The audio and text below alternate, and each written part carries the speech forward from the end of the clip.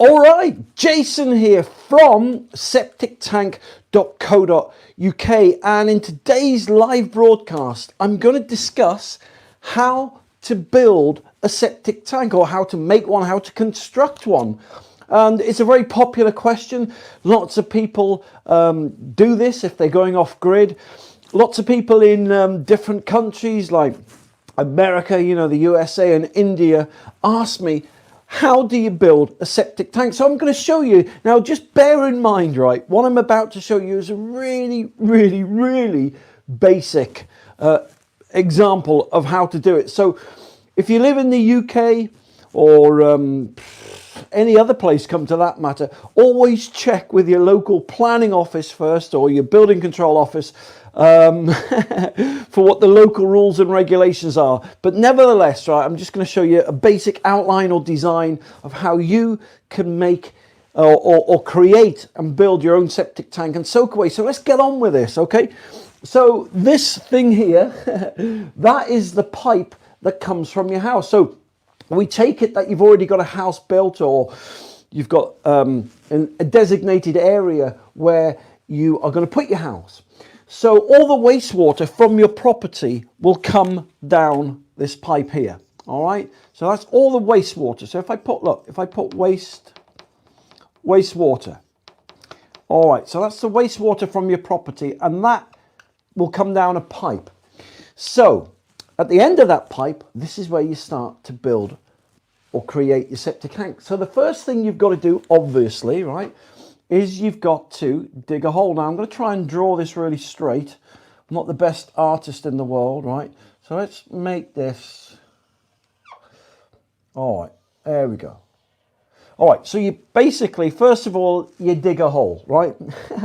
All right, if it's a bit skew iffy, all right, I can't help that. As I said, I'm more a better septic tank consultant than I am an artist. But the point is, right, dig a hole. All right, once you've dug the hole, right, obviously that grass line there will disappear, like so.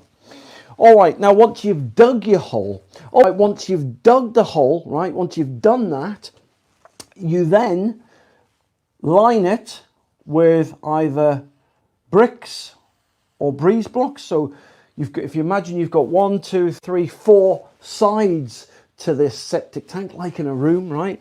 Then you either line it with breeze blocks or bricks or concrete shuttering, okay? So if you imagine that's your sides there, so that's concrete, okay? That's concrete there, like so. Brilliant. And there you go. So you've got the inside, right, of your septic tank. Look at that. How cool is that? All right. Now you'll notice here that now you've got quite a few options at this stage, right? You can either leave it with one big hole, right, or you can put partitions in to create more chambers. Now, if I just basically quickly show you how a septic tank works, right? So all the poo and the wee and all the solids, right, come into the main cavity here, right? And your tide line will be roughly here, okay? So that will roughly be your tide line. And over time, all the solids will build up on the bottom of your septic tank. All right. And then what you would normally do here, about here, you'd have an outlet pipe. All right. And this outlet pipe will go to your soakaway. All right, which I'll show you a bit more about in a minute. So that pipe, if I put there, goes to soakaway. Okay. Now, as the wastewater enters the septic tank, you've got something in there called suspended solids, and that's basically made up of all the fat and the grease and the number 2s and carrot peelings and debris from sanitary towels and condoms and stuff like that. And over time, all that stuff will build up, right, on the bottom of the floor. All right, and over time, although it looks like just water, it becomes like, I suppose, like a soup, right, full of bits and bobs, right? And that most septic tanks only have one chamber now, and they have like a little T-piece at the end that you can put on. It looks like, it's called a T-piece because it looks like a T-piece. And there's a T-piece at the end, and that normally stops about 80% of the solids, you know, the peas and the carrots and all the other floaty things going to your Soakaway, right?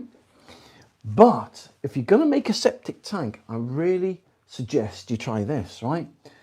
Right, you create. If I just delete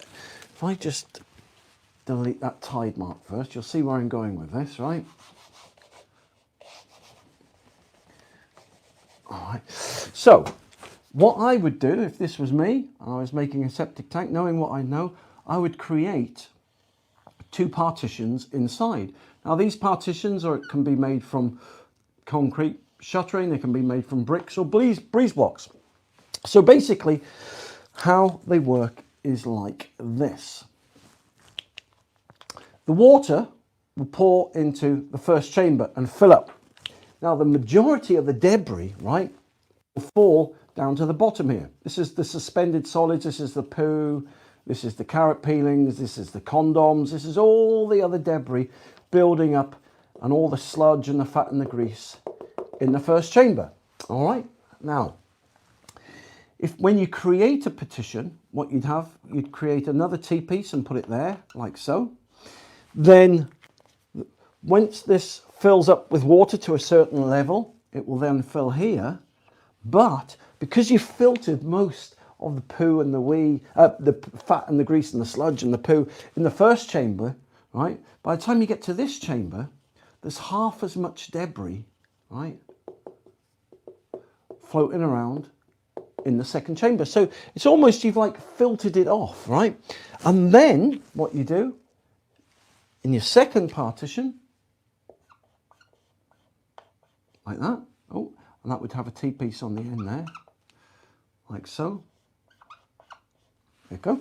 And then the water from the second chamber would then go into the third chamber here, and the fat and the grease and the sludge will be a lot less, all right, on the bottom and in the third chamber. So because I actually designed that initially with the one chamber in mind, what would happen now is that the third T-piece would be about there. All right, so you'd put a pipe in there, that would go through, and then that would be your new level to your Soakaway or your drain field or your leach field, whatever you want to call it. Okay, so that's your tide mark, so the water would reach that level and then it would make its way down there into the Soakaway. So if I was making a septic tank, if I was building one, I would build it, as I said, with 3 chambers. And so typically the time that emptying intervals will differ, but typically, you know, some people will put a stick in. So if you imagine this is, instead of the grass, now this is your lid. And so on top of your lid there, you'd have kind of 3 manhole chambers. Right, so you can lift the lid of chamber 1 here, and you can see how much sludge is in the bottom. And then depending, you know, the tide mark on basically to these chambers will always be about 3/4 tall, right? But you can put a stick in. If you imagine you put your stick in, all right, so it will tell you whether the sludge is 1/4 of the way up, half the way up, 3/4 of the way up. When it gets to about 1/4 or half the way up, I would then get it sucked out. I don't know why I keep rubbing that out. But anyway, so that is, if you're going to make a septic tank, right, I recommend you make one like that. It'll last you for 100, 200 years, especially if it's made out of concrete or breeze block. Now, so you've got all your solids going in, you've got your liquids and your solids, you've got your solids settling to the bottom there, you've got your tide line of the wastewater. So for the Soakaway pit, there's loads of different Soakaway designs, right? But in this instance, for this one, all, generally speaking, you need is a Soakaway pit. Right, and a Soakaway pit, can you see that on there? Ooh, just about. A Soakaway pit is basically a pit that the outlet pipe from the septic tank goes into. So if I just extend that a bit there, look. All right, if I just extend that. So all the wastewater from here will go into here, right? And this pit would normally be filled with gravel or sand or shingle, stuff like that, right? And on top of here, that would generally be soil, right? So you'd put soil on the top. So you basically fill it 3/4 with sand or shingle or gravel, right? And what happens is that the water will then leave the Soakaway pipe. It'll make its way down in between the gravel and the other medium, and then it will soak away naturally into the soil.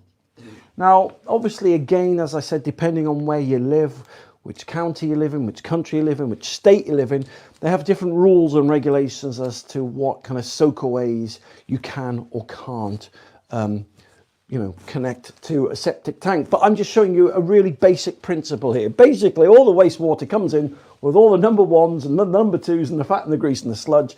You filter it off. By the time it gets to the soakaway, it's probably 90-95% cleaner than when it first came in. You have a pit, and in that pit you've got gravel, you've got shingle, you've got sand, something like that, and all the wastewater will filter through that and then naturally drain away into the soil. So there you go. Those are the fundamental basic principles, right, or basic design of how to build and make or create your own septic tank. So I hope that's helped.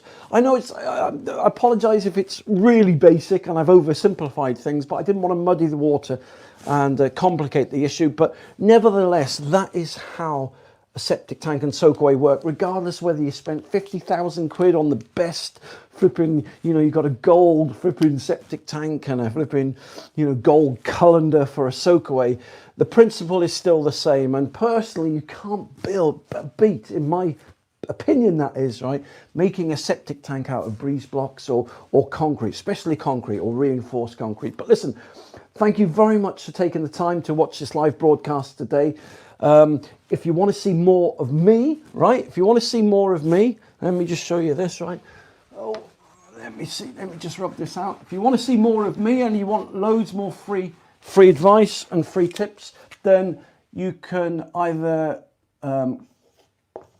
type in Septic Tank TV on Google and I'll come up, or you can go to my website, which is septictank.co.uk. All right, so you go there and you'll see loads more different videos that I've done, free advice, free help, to help you save money and fix your septic tank problems. So listen, thank you very much for watching this broadcast. You take care, and I will see you and speak to you again soon. Now let's turn this off. How do you turn this off? I can never work out how to turn this off. No, that's not how you turn it off. Aha. For more information, just click the link below this. Visit septictank.co.uk for free help and advice.